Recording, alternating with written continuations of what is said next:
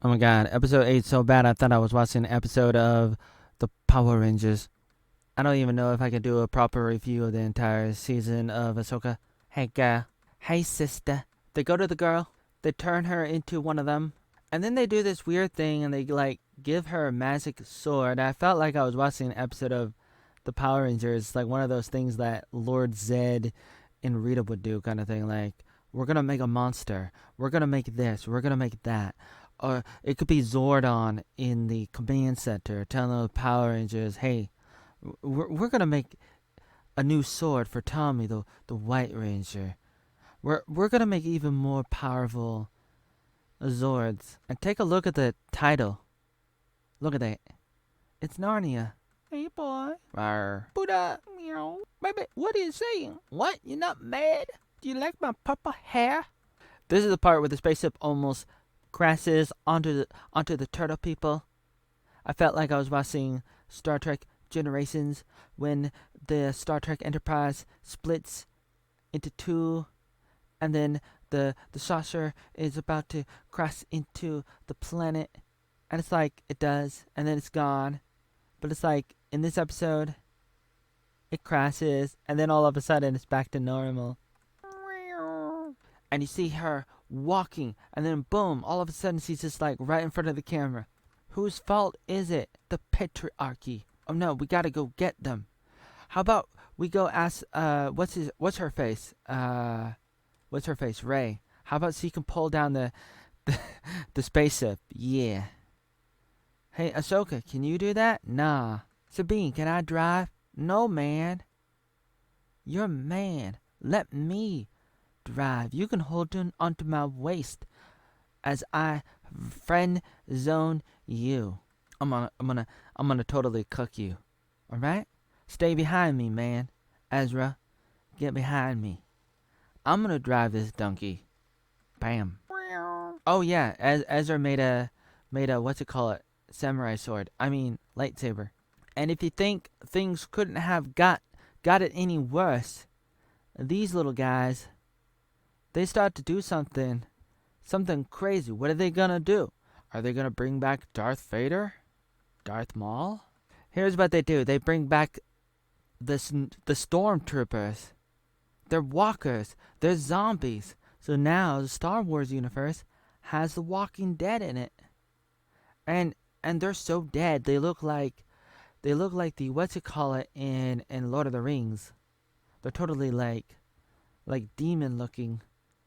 And what's crazy is like it's not really a problem, but it's like it's a problem for some reason. Like they keep on fighting these guys and they just like keep on coming back. And they have these things called lightsabers, and that they could like totally cut these people up into millions of pieces, and they don't. And instead, they just knock them down and they get back up. That's why I felt like I was watching an episode of the Mighty Morphin Power Rangers, or it's like the Foot Soldiers in the Teenage Mutant Ninja Turtles. And then there's a boss fight, and they're about to fight her, and then the two of them just go by, and then she's just like fighting them, and they hop onto the what's it called, like Sabine decides to stay and fight her, and then she dies, and Blueface is like, okay, all right, and he's like, okay, everything's all right, and meanwhile they just hop off. Now they're in a Death Destroyer. What do you call it? Thrawn is in a big ship, and he could like blow them up with a bunch of bombs, and he never does. And so, meanwhile, they had a spaceship the whole time, and they could have like hopped on that instead, and they didn't. And so they could have all been, with Thrawn. They could have hopped onto the ship or something. They could have snuck onto the ship, probably, because they're Jedi. Jedi can do that. I mean, first episode of the first movie, Phantom Menace, Obi-Wan Kenobi, Mace Windu, not Mace Windu, the other guy, Qui-Gon Jinn. they literally are like sneaking onto a spaceship, hiding out. So there's this girl, and she's like talking to the red people. He's on a mountain, and there's weird statues behind him, like it's like the father and the son. It's like, is that the planet? Is that the planet they're on? From one of the episodes of the Clone Wars. Meanwhile, the what do you call it? Star Destroyer, is that what it's called? Star Destroyer. Okay, and it goes off, and then Ezra's in it, and then he somehow finds a way to get off, and the robot recognizes him somehow, and she's like, "Oh wow, it's you." But then she just sits there and she doesn't do anything. She doesn't run off and try to hug him. She's like, "Oh, okay, it's you." And then back on the planet, she's like, "Oh my god," and Ahsoka's like, we're exactly where we need to be, and I don't know why, but she's just like, "Oh yeah, totally okay with this, totally fine with this," and then it ends with Force Ghost Anakin just watching, and he's a little bit sad. I don't know why. Maybe he should be smiling. Maybe he does smile a little bit, but not a lot.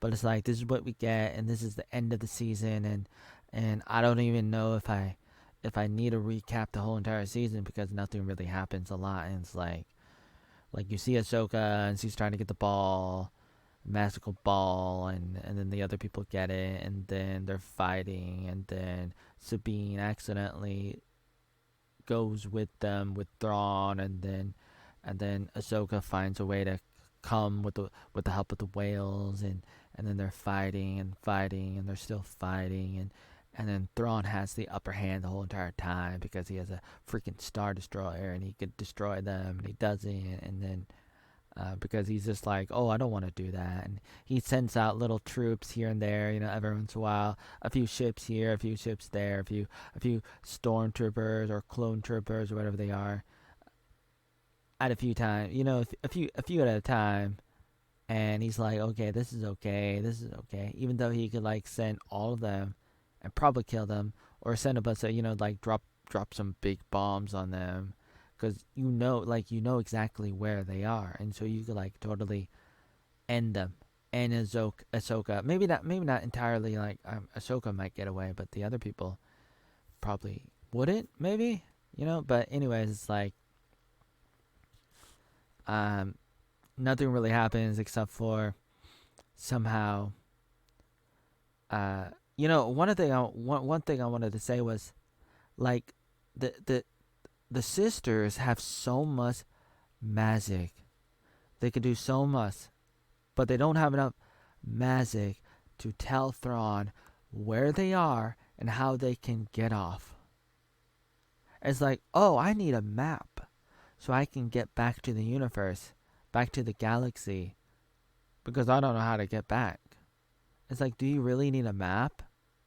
When they were able to communicate with one of the other girls who became a sister later on, and that's how they communicated, and they couldn't like find a way to like figure out how to get back. Give me a break.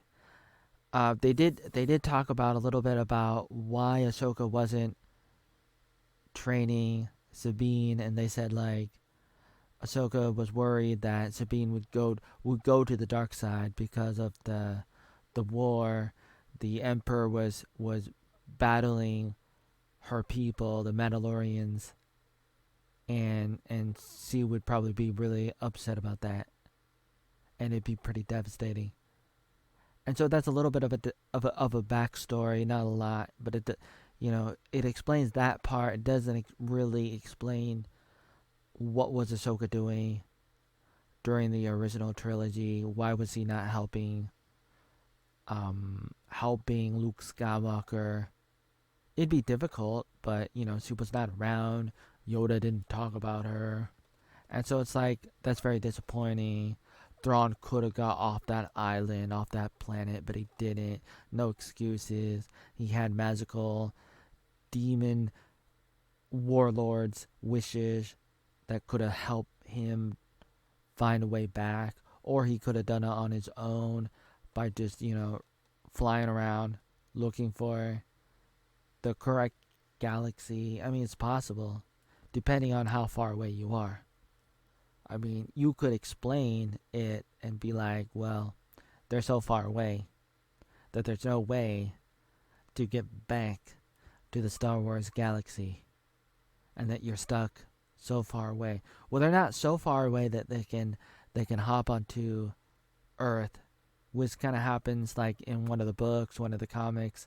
They go to Earth, and that's pretty far away, wherever that is, wherever the Milky Way is. I don't know where it is compared to the Star Wars galaxy. I mean, what galaxy is that? Is it a constellation in the sky? Has George Lucas ever declared which one it might be? I don't know, but the show is really interesting to an extent. Of course, I'm gonna be curious, but at the same time, the story is very, very limited, and it's not rated R. It needs to be rated R. You need to see blood. The Jedi and the Sith, like, they're fighting people with lightsabers. Even stormtroopers, they need to be cut up into many pieces. They show one head getting decapitated, but off screen, you see the head rolling, and that's about it. Because Disney, they can't show it. They don't want to show it. Whatever. That's what they want to do. But it's like you can't do that. You can't really show Star Wars without being violent. And the story is very limited. I mean, I guess if you had a great story, it'd be forgiven. But you got a terrible story.